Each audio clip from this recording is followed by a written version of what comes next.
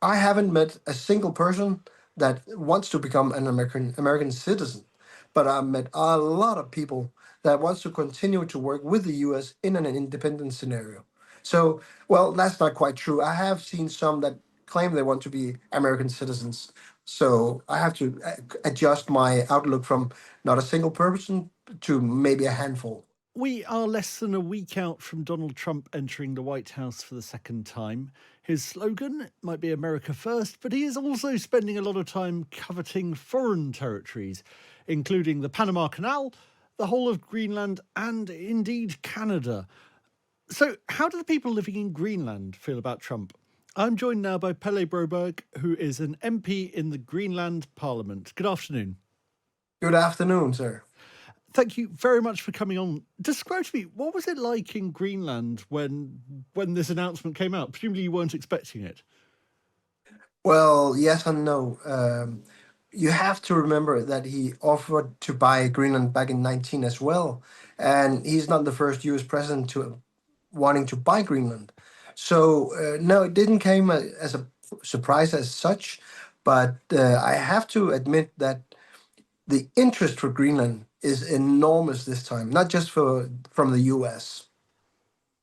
And how are people in Greenland responding? I mean, when you chat to people, is there amusement? Is there worry? Is there anticipation? Well, from the Danes I talked to, there's worry, of course. From the Inuit, the Greenlanders, usually it's amusement, and sometimes a little bit. Well, we don't do that kind of brash talk here, so a little bit. You could tone it down, kind of vibe. But in general, people are kind of like, well, we don't want to be Danish. We don't want to be American. We just want to have our own country and work with everybody else. So I don't think too many people take it literal that the U.S. would attack U.S. troops in Greenland because it's the U.S. that protects Greenland as it is today. What is, for people who don't know, what is Greenland's current constitutional situation? Well, we were annexed by Denmark in 1953 without a referendum in Greenland, where the UN were told that we wanted to join the Danish kingdom, which we weren't asked about. And since then, we've been a part of the Danish kingdom instead of being decolonized like a lot of other countries were. So right now, we have a self-governing law where Article 21 states our path to independence. And the path to independence is written is something we will decide, be it free association or any other type of negotiations that we can do. So we have a right to independence from Denmark. But for some reason, Denmark has successfully been able to scare the Greenlandic politicians to not act on it. Why do you think America wants you? Well, the same reason why everybody else looks at Greenland and says that's a lot of untapped resources. Because most people in their daily life, they look at where am I working tomorrow? Will I have enough food on my table? States are thinking long term. Where do I get the resources for my population in the future? And especially one thing that we signed with the US in 2020, how can I make sure my country is safe? So the US interest is nothing new. Denmark and the US signed an agreement in 1951 giving the US unrestricted access to Greenland, and the US is defending Greenland.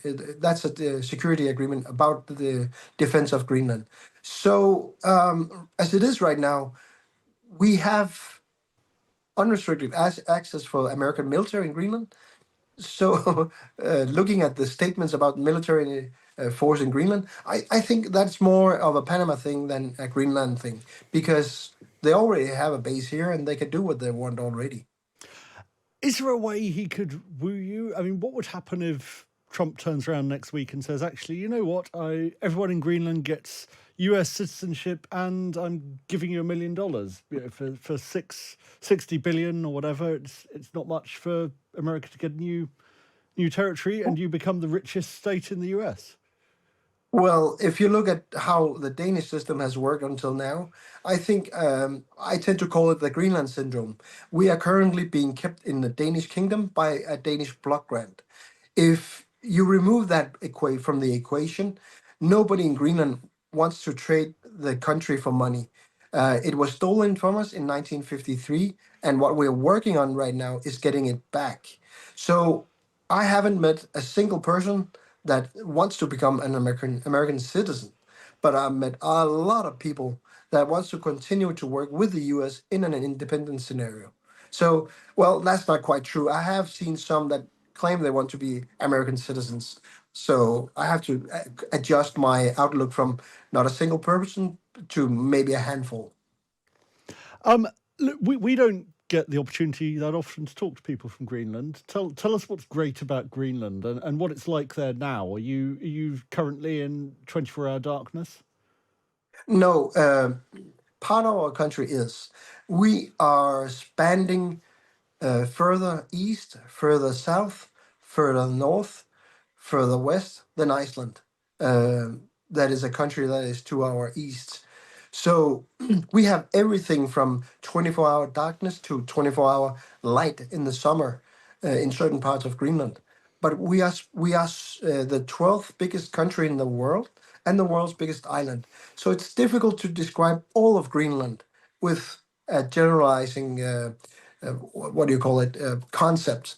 So we are an Arctic country, but the southern part of our country also have a lot of green. So we are an Arctic country where it's cold in the winter and not warm in the summer. And what's presumably also a very beautiful country. I mean, we see you exist on our maps as a very big island with a lot of ice in the middle.